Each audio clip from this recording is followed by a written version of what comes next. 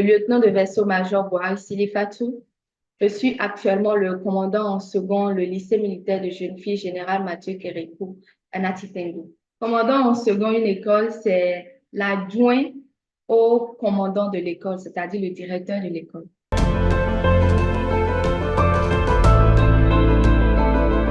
Le grade de lieutenant de vaisseau-major est le dernier grade de la catégorie des officiers subalternes. Il se situe entre le grade de commandant, qui est le premier grade de la catégorie des officiers supérieurs, et l'avant-dernier grade de la catégorie des officiers subalternes, qui est le grade de lieutenant de vaisseau. Quand je dis commandant, en fait, c'est l'équivalent à l'armée de terre, c'est l'appellation. Sinon, le grade même au niveau de la marine, le grade de commandant au niveau de la marine, c'est le grade de capitaine de corvette. Spécifiquement pour l'avancement du grade de lieutenant de vaisseau au grade de lieutenant de vaisseau-major, il faut avoir au moins une ancienneté de service de 4 ans.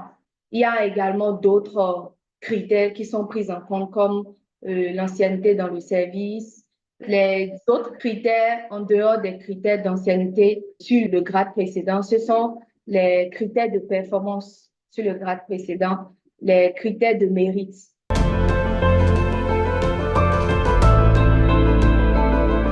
J'ai fréquenté l'école primaire catholique de Sainte-Claire à Paubert pour mon parcours des études primaires.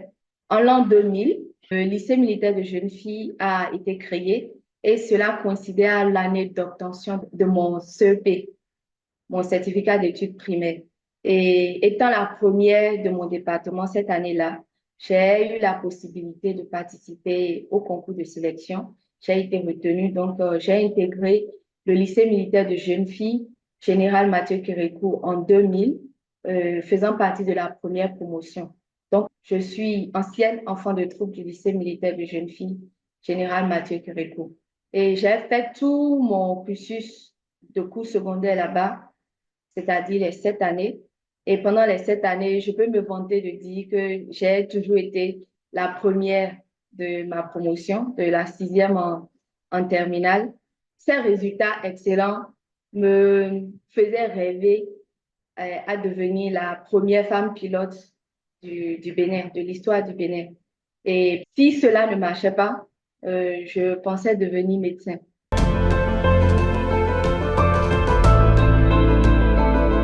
La défense belge a eu un accord de coopération avec les forces armées béninoises. Grâce à cet accord, j'ai eu la chance de visiter l'école royale militaire de Bruxelles en Belgique et avec quelques autres camarades et le commandant de notre école.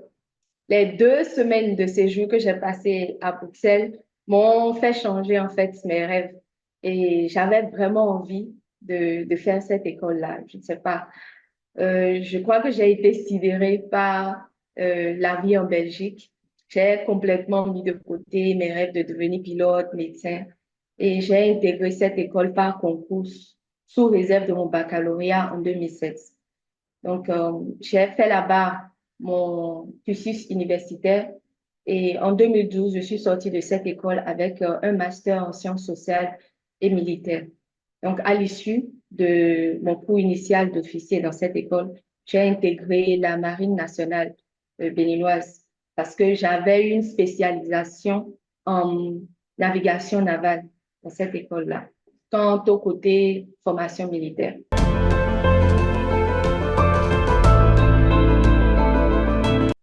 Non, pas du tout. C'est pas du tout une déception parce que c'était un choix. Peut-être pas le meilleur choix, mais c'était mon choix de l'époque et je suis épanouie dans ce que je fais. Je me sens bien dedans et comme je me le dis à chaque fois, en fait, l'essentiel, c'est de faire bien ce que l'on fait. Pas forcément ce que l'on a envie de faire, mais quel que soit ce que l'on fait, il faut bien le faire et savoir s'épanouir dans ce domaine-là.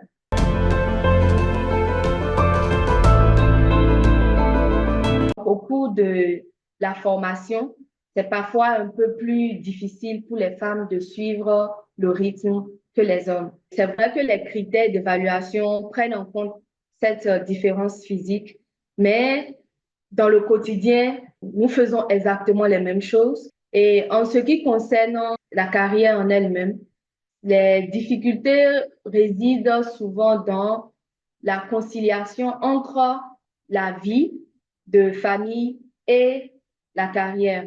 Parce que, comme nous le savons tous, au niveau de la société béninoise, en particulier la société africaine en général, la femme est celle qui tient le foyer. L'éducation des enfants, elle s'occupe du mari également. Et on attend à ce que la femme prête plus attention à son foyer qu'à son travail. Alors que si nous devons évoluer dans la carrière, c'est que nous sommes amenés à faire les mêmes sacrifices que les hommes. Parce qu'en ce moment, il n'y a plus de critères d'évaluation qui prennent en compte les capacités physiques. Là, la formation est terminée. Donc, c'est souvent pas facile de trouver un équilibre entre la vie de famille et la carrière.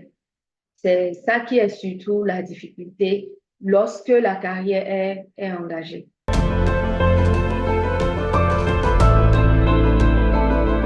En tant que femme, nous pouvons parler de la difficulté de concilier l'état de grossesse avec l'embarquement. Parce que c'est un peu dangereux à bord. Pour tous ceux qui sont allés déjà à bord d'un navire, il faut savoir que le pont est glissant. Il y a souvent des secousses liées à l'état de la mer.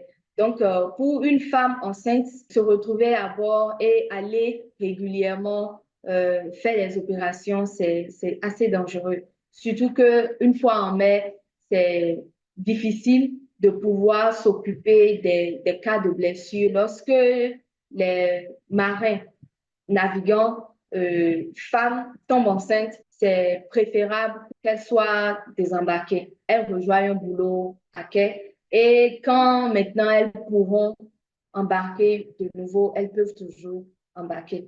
Donc, c'est une difficulté dont moi j'ai fait les frais, je vais dire au début de ma carrière, parce que j'ai conçu mon premier bébé très jeune, ce qui a fait que je n'ai pas eu assez d'occasions de prouver mes performances de navigateur marin. Il y a certaines expériences qui doivent être prouvées à certains moments. Et quand ce moment est passé, c'est difficile en fait de revenir, de repartir en arrière pour avoir ces expériences-là. Donc, c'est ce qui m'est arrivé personnellement.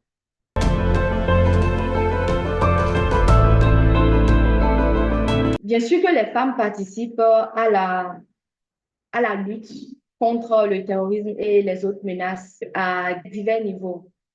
En ce qui concerne le commandement des opérations, nous avons trois niveaux différents. Le niveau tactique, le niveau opérationnel et le niveau stratégique. Le niveau stratégique auquel vous avez fait référence est le dernier niveau. Et ce niveau-là est plutôt réalisé par le haut commandement militaire. Il faut un certain grade et une certaine expérience pour pouvoir participer aux réflexions à ce niveau-là. Et actuellement, les personnels féminins, les forces armées béninoises n'ont pas encore le grade qu'il faut pour être à ce niveau-là. Mais en ce qui concerne les niveaux opérationnels et les niveaux tactiques, bien sûr, nous participons à la réflexion et à la conduite des opérations. Au niveau de la planification à l'état-major général, nous avons des personnels officiers féminins qui occupent des postes à l'état-major, qui participent à cette planification. Et au niveau de l'exécution, nous avons également des officiers féminins qui sont des officiers de quart à bord des navires et qui sont également des commandants de navires qui conduisent les opérations navales. Donc, les femmes participent pleinement, mais ne sont pas encore au niveau d'expérience et de grade pour participer à la réflexion stratégique. Mais ça va venir avec le temps.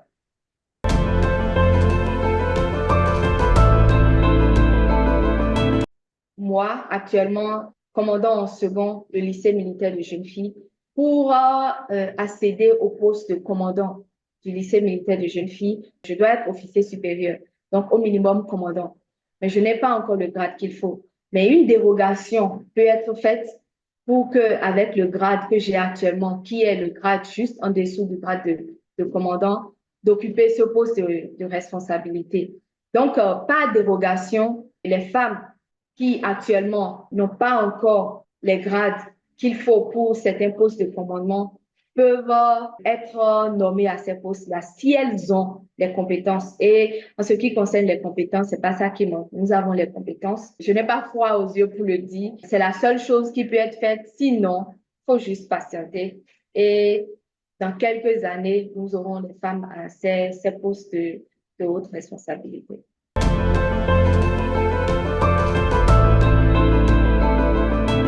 On dit que on ne sait pas combien on est fort jusqu'à ce qu'on soit fort. J'ai appris beaucoup de choses sur moi-même parce que pour cette mission, j'étais l'officier de liaison de la MONUSCO et Académie, qui est une ville de la Tanganyika, de la province de la Tanganyika en RDC. Et je devais servir de point de contact entre la force des Nations Unies en RDC et les forces armées locales.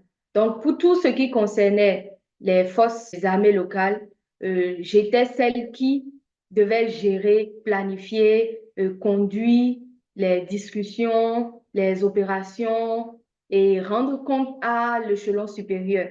Et je faisais cette mission toute seule, loin de l'état-major de la force qui est, elle, à Goma. Et donc, quand il y avait une difficulté, il fallait que je trouve le moyen de gérer la difficulté par moi-même et prendre des décisions parfois difficiles toute seule. J'étais au milieu des hommes parce que j'étais presque tout le temps avec les forces armées locales. Vous imaginez, là-bas, il n'y avait pas beaucoup de personnel féminin avec qui je pouvais interagir. Donc, c'était toujours des hommes. Et il fallait se faire entendre et il fallait pouvoir donner son point de vue et parfois leur imposer certaines choses qu'ils avaient du mal peut-être à accepter venant de la MONUSCO. Donc, c'était une très belle expérience. Et si j'ai l'occasion de recommencer, je le ferai volontiers.